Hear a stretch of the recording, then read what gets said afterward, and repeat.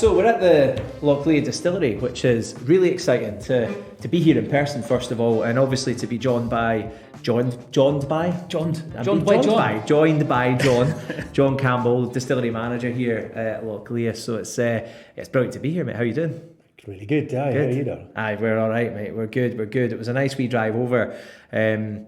Actually, really accessible. I wasn't quite sure on the map where Lochlea was. It's not somewhere I was aware of before. No, me neither. The very first time I drove here, I stopped at the corner up at the top thinking, oh, I've gone past this place, or where is it? And then you just come round that corner and then there it is and you're right. So, yeah. No, but it's only like, I stay in Glasgow, it's a 35-minute drive. Yeah.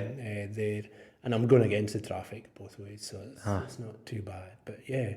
But it's a good point, right? Because I don't think a lot of people listening may have necessarily heard of Lochlea because it was under the radar for so long. So I think a good place to start is let's talk about the history of where we are right now. How did this whole distillery come around? But basically it's been a farm pretty much all its life, even since back to Robert Burns farmed here in the kind of late 1700s for 7 years, just before he released the Kilmarnock edition, just before he hit the kind of the mainstream kind of highlights of Edinburgh, etc. So he was heading down to Dumfries to become a customs officer when he broke through. But since then it's been a farm, and the owner, a guy called Neil McGough and Jen McGough, they were cattle farmers basically up until 2014, 2015, and then decided this farm in Lark wasn't for them. So they basically started going arable and producing barley, and then kind of conversations led to conversations, and well, why don't we maybe try making a whiskey and stuff like that. And it just kind of ideas snowballed, and then I guess 3 years later, used Jim Swan for kind of design, and then for size for kind of implementation.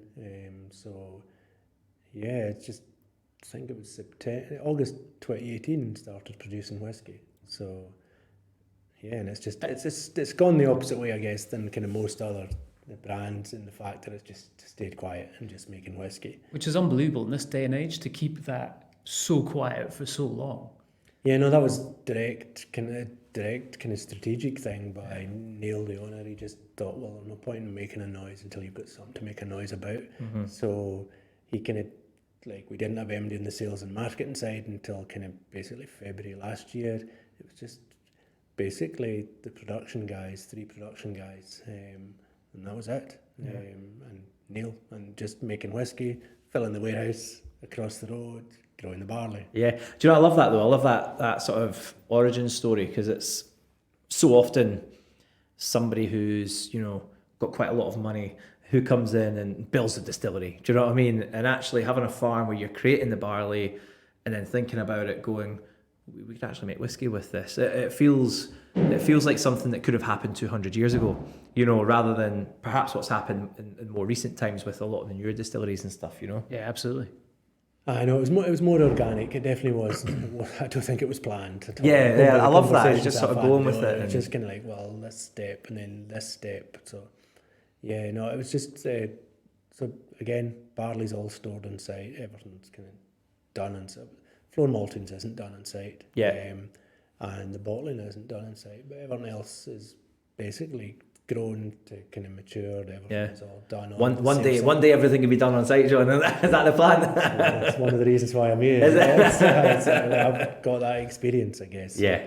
I'm at an age now where, definitely experience is something I can count on, I guess. I'm doing this for 30 years, so previous role at Lefroy had floor malting, so it's a kind of natural progression that we look at stuff like that here. Yeah. And then just get everything done on the one side. So that's kind of, there's not many or any distilleries, I don't think, in Scotland that do everything from growing to mature out on the site, and maybe one day we'll bottle as well. Yeah, no, that would be really cool. I mean, you're obviously very well known for your time at Lefroy, and what about your time prior to that then, your sort of whiskey experience? How did you end up in the industry and doing what you're doing, because that's something that's obviously got you where you are now. Is you've got all this experience to apply to Lochlea. Yep. Yeah. So yeah, no, well, I was a lobster fisherman first. Is that right? Yes. No, I'm living the high life on Isla. Yeah. So basically, I wanted to get a mortgage, but the bank manager wouldn't give me a mortgage unless I had a monthly salary, or a weekly salary or whatever it was back then. I can't remember. So I basically had to leave the fishing, lobster fishing. Kind of looked around Isla. I wanted to stay in Isla, so I thought, right, I'll go to Lefroy and start working at Lefroy, because Lefroy was and probably is the most secure distillery on the island. It's never been below 5-day production, even during the bad times in the kind of 80s, etc. So it's always done a lot. It was a recognisable brand. So I thought, oh, that's the place you want to go. Not realising that jobs just don't grow in trees in the whiskey industry, and it usually back then, it was basically somebody had to retire or leave, basically, to get a job. So it took me about a year to get a job at Lefroy, but kept knocking and probably been a pain in the ass. You ground them down. They felt sorry for you. Eventually caved in, right? If you ask most people, that's me in a nutshell. I'm joking. But I just wanted to get in there. So got in there. Basically getting half the money I was getting fishing, so I was like, Jesus, what is this all about? Thinking that, first year I thought I'd made the biggest mistake in my life. Really? Yeah, but I was like, I had a girlfriend at this point, and it was like, no, just keep going, and some of the operator says to me, just keep going, it'll be okay, it'll get better. You don't need, because I was like, nah, this is just a disaster, absolute disaster. And it was just completely different pace than being a fisherman as well. So it was just a lot slower, and you were getting just told stuff slow down, you're making us look bad and stuff like that. And it's just I'm used to being in an environment where it's kind of there's always something to do, just get on with it. If you don't see something to do, you won't be in a job, basically. So completely different pace. And then the warehouse team was quite big at this point as well, so I started off in the warehouse squad. I was doing the numbers in the barrels, crying. And then basically we were doing our beg as well, so that was a wee bit different. We were doing all the warehouse and our beg distillery because it was part of the same company at this point. Yeah. And then quickly moved into the floor maltings, and that was brilliant. That was absolutely brilliant. I absolutely loved my time in the floor maltings at Lefroy because it was different. You had a different challenge every day. You didn't know the answers. You basically needed experience because all you were doing was reacting to what's happening outside the window every day. Yeah. So this is what the weather's given me, and this is how I have to react. And so it took a long time to get the experience and the knowledge in malting. There's a feel in floor malting, isn't there, that I think people maybe misunderstand a little bit. They think, oh, it's the same every day. It's really not. If it's warm outside, you need to lay the floor thin, you need to spread it out, get that temperature nice and low, and it's an eye thing. And I remember I was just up at Highland Park and watching a couple of the guys that were running the floor maltings just reacting to those little things. The windows would open slightly, they had different ways of controlling temperature and things. Brilliant. Yeah, no, you're just controlling the growth of these corns, and it's up to you. The thing I learned in the floor maltings probably the most is the worst thing to do is not make a decision. Yeah. That's almost just if you leave things, that's just a bad idea because it'll either get too hot or it'll get too cold. Yeah. You need to be kind of nourishing these grains through this. So that was really, really good. Kind of pushed into the mashing and stilling, which again, didn't really enjoy that because it's so repetitive. It's just the same thing over and over. The processes at Lefroy are ingrained for 200 years. So again, the thing is just do your job, just do your job. So it would go by fast. That was the only good thing because there were 7 stills at Lefroy. So if you're in the still house, a shift would just go by in a blink because there was just so many things to do. So that would be good. And then basically in January 1999 became the kind of assistant to Michael Heads, who's the assistant distiller at that point.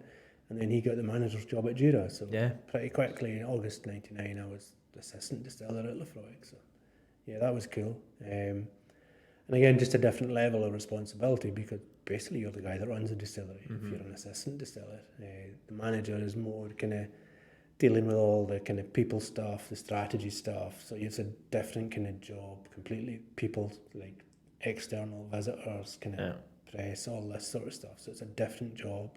Assistant distiller basically runs the distillery. So like I really enjoyed that. And then became the manager. Kind of 5-6 years later again, and then stayed for 15, just about 16 years as the manager. So yeah. Guys like Mickey, he's now retired, right? I mean, he's just finished up not that long ago, and guys like him, working under people like him, that's always going to stand you in good stead down the line, isn't it? In terms of your experience and how you even just look after people, how you look after your equipment and things like that. Yeah, no, you like, I definitely want to learn off other people. I think that's one of my better qualities.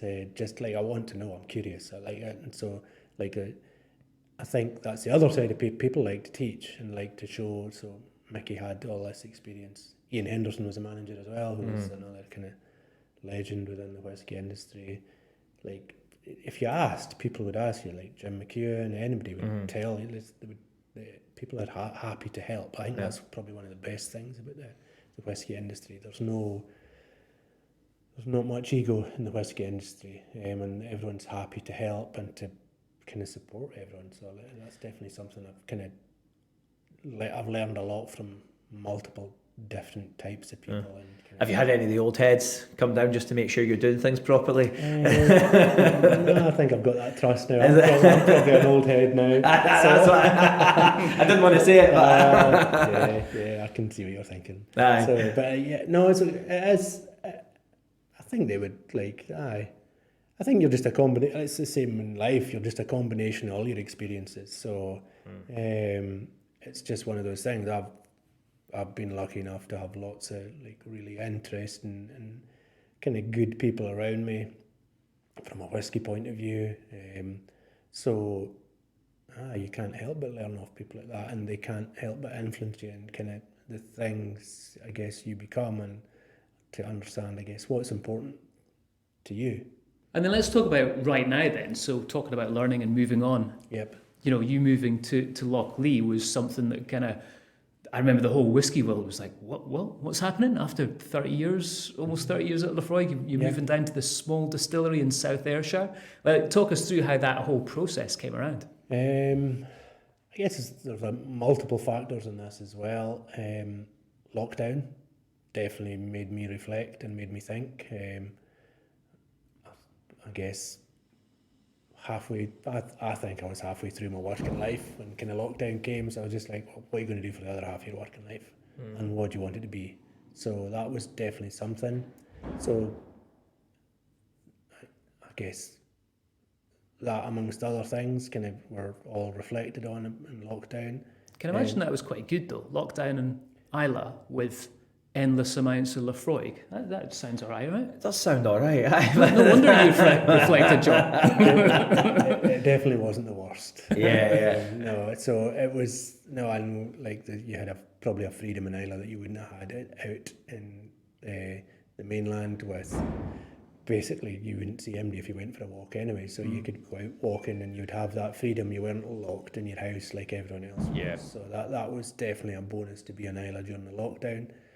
The other side of that was all the kind of, I guess, pretty sure like most people I talked to kind of did reflect on kind of where they were, what they were doing, kind of what's making them happy, what's not making them happy, stuff like that. And I wouldn't say I was unhappy at Lafroig, I'd definitely never say that, but it was just, I knew everything inside out. I just knew the answer to everything, and I felt that wasn't good, because I alluded to it earlier. I'm curious, I like to know, and I like to not know the answer to things. So that was kind of something I thought, you need to stretch yourself again, John. Yeah, it's almost like putting yourself out your comfort zone again, right? Yeah, totally. I needed to feel that again. There would have been absolutely nothing wrong to have stayed at Lafroig and seen it, I guess, the last kind of 20 years, and I would have had a very nice and comfortable life, and then Lochlea is amazing. But it was kind of, I guess, a wee bit kind of just me. All my kids are out here now too, so like why am I in Isla?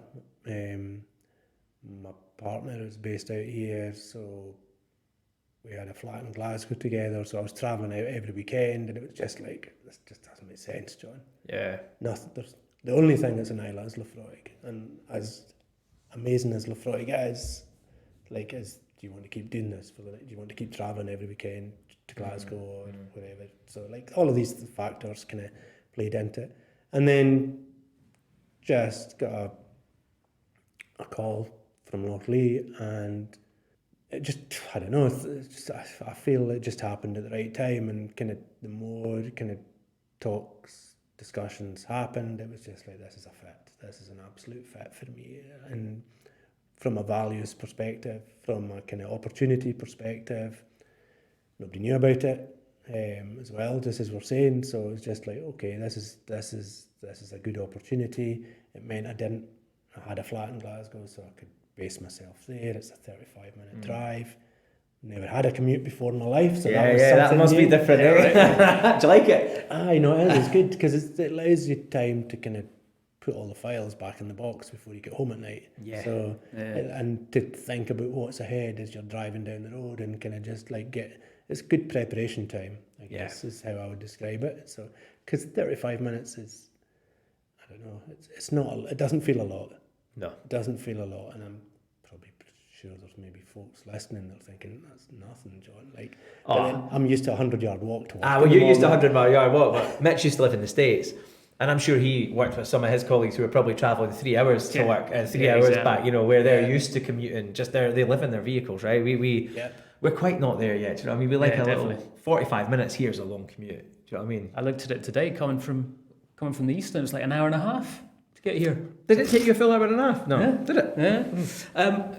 Daz and I were chatting. I think it was quite interesting, John, because you've gone from a slow pace of life in Isla, but with a fast pace at the distillery, to now a fast pace of life and a slow pace at the distillery.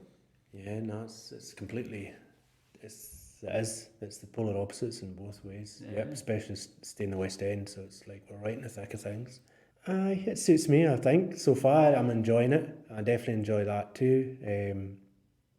Getting integrated more and more, which that's really important to get. You can't just be somewhere and not integrate. So that I'm getting more and more integrated into the community as well. So that's good.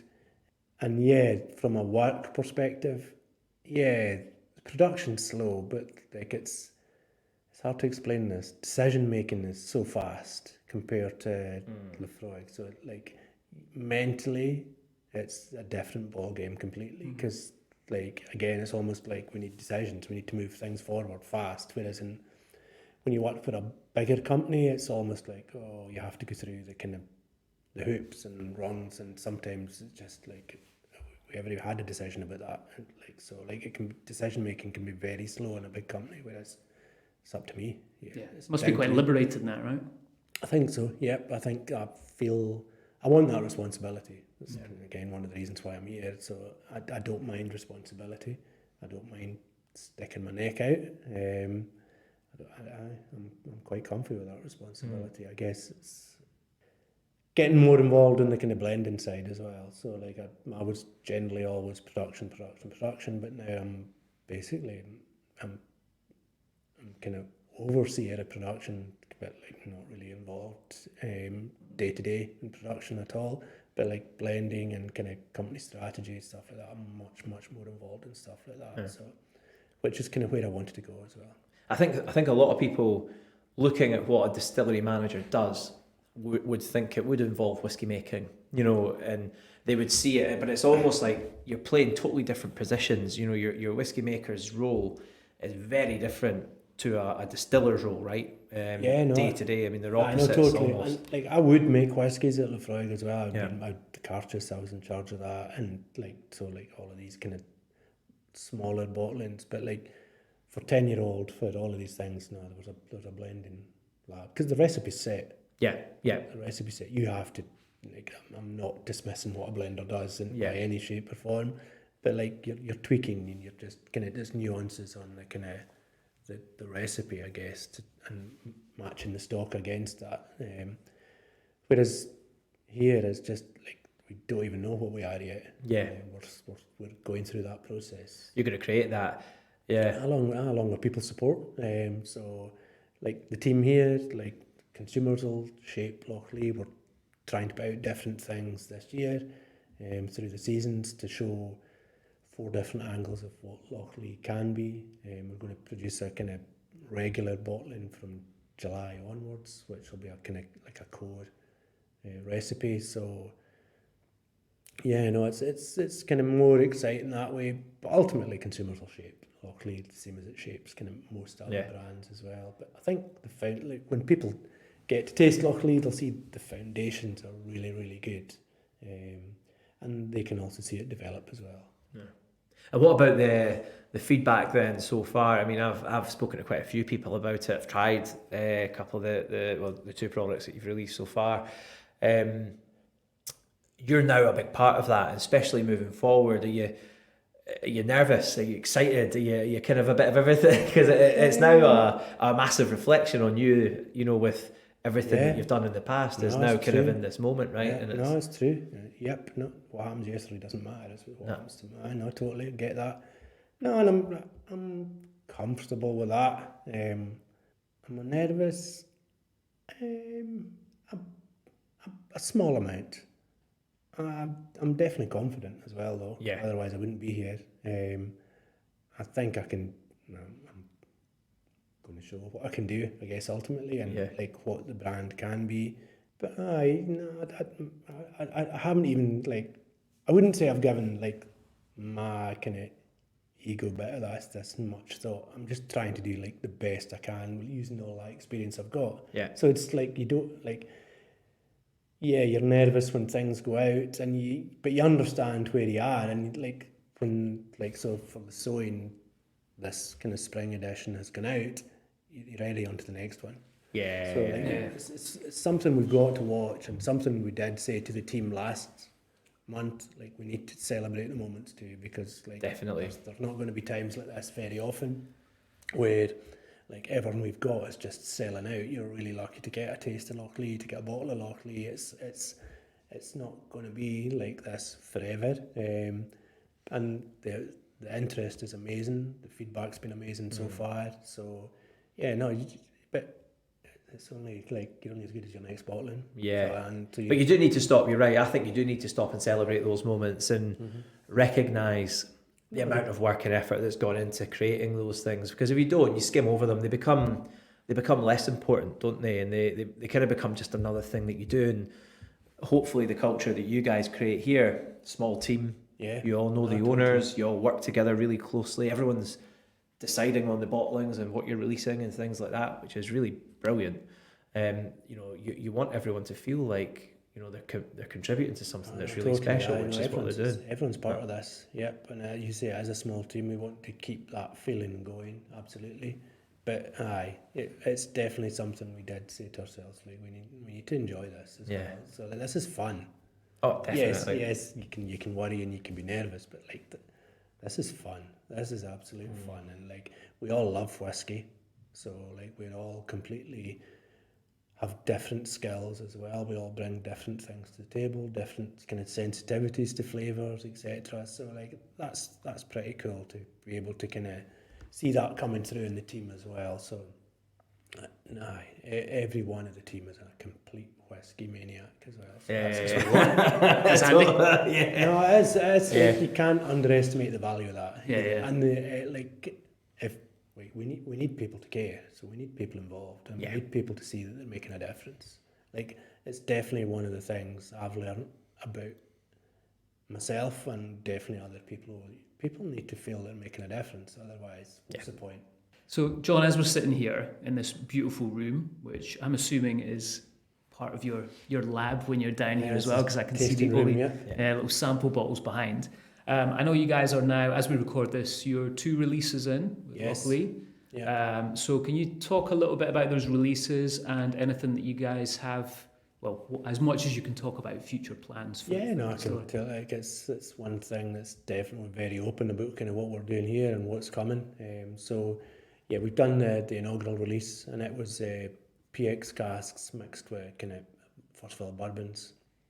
There's just over 7,000 bottles of that released, probably half in the UK as well. So there's small amounts going kind of all around the world as well. There's kind of historical kind of main markets right now, but we are looking to kind of expand our footprint going forward. Second release is kind of like we're doing seasonal releases and linking them to the farm. So we'll have a spring, summer, autumn, winter release, but it'll be sowing, harvest, fallow and ploughing will be the names on them, just linking it back to the farm, because again we're a farm distillery. So the sowing was a first fill bourbon. I think it's just good to get that out there.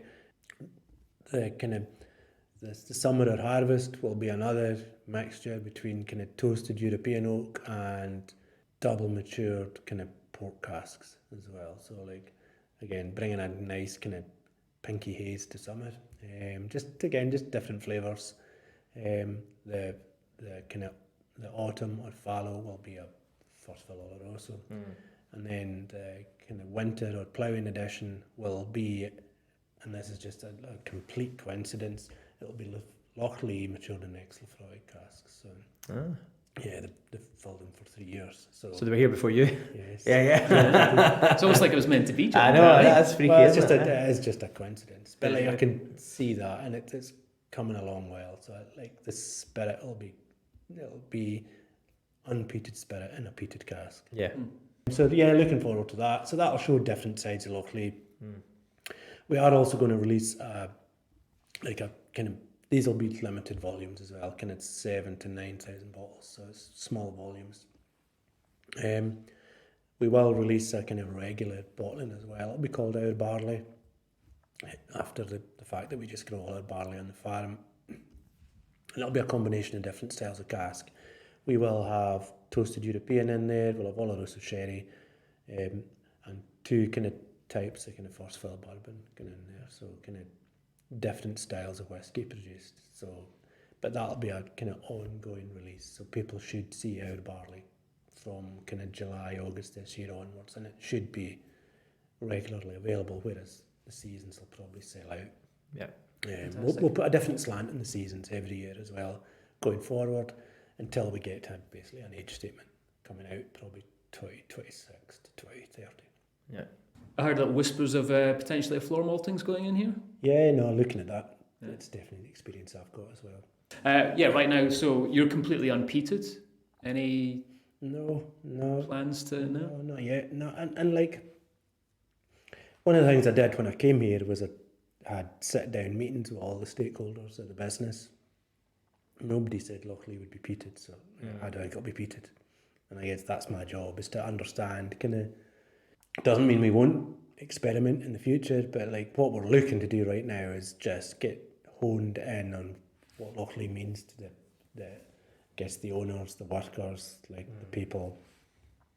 What do they think it is? How's it going to be? So we're building a wee bit of depth, flavour into the new spirit. And then there's just a few technical things getting cleared up that we're kind of working on. And then basically after that, once we've got these things set, then we might do some kind of peated malt in the future. It's just a bit of a pain using peated malt when you're plain, because you have to clean everything to bits after you've used it. So never say never, because that's the thing. Once we've got our foundation set, once we kind of know who we are, we're happy with who we are, then that's fine. We'd build off that, and we might do peated malt. We might do all sorts of crazy things after that. And I guess that's the opportunity we've got here as well. Yeah, we're in the sample room, and behind you there's a whole array of different colours in your sample bottles in between the glasses and things like that. It looks like there's some really interesting colours coming through from some of the casks, even at this age. Yeah, no, because it's still young. It's still only 3.5. So it's no, and that's the thing. That's the thing that's been like a big thing I've really tried to it's kind of what people think distillery managers do all the time. Just put it sitting in the those warehouse, lovely aged spirits. No, which couldn't be further from the truth, as you said. But like, it's just like I've really tried to understand what the spirit is and try and get all these different flavors, what it can be, kind of how it takes influence, all of these things. So we're trying to understand it. Like, I'm trying to fast forward that process as much as possible. And really understand the spirit and kind of what makes Lochlea. Yeah. Hi, John. Well, thank you so much for having us down here. Firstly, amazing to see the distillery, and great to have you on the show. I know you're a busy man, so thank you so much for your time and taking the time to chat with us today. No, you're very welcome, and you'll be welcome back anytime. Thanks to you guys too. So nice to see you again. Andrew, yeah, no, thank you so much, mate, and all the best. And we look forward to seeing certainly the seasonal releases that are going to be coming out, but that core release that's coming out June, July. Yeah, really excited to see that, man. Yeah, no, that's the one. Yeah, that's the one for us this year. Yeah. So I hope everyone gets a wee chance to taste it and likes what we're doing. Guys, keep in touch with all the releases and all the news from Lochlea. Their Instagram handle is @Lochlea Whiskey, and that's where you'll find what's going on production-wise, what John's up to with all the experiments and things, and like we say with the bottlings and things like that are announced on there as well. So make sure you follow it, and we will catch you very soon for another episode of Not Another Whiskey Podcast. Indeed. Thanks for listening, guys. Cheers.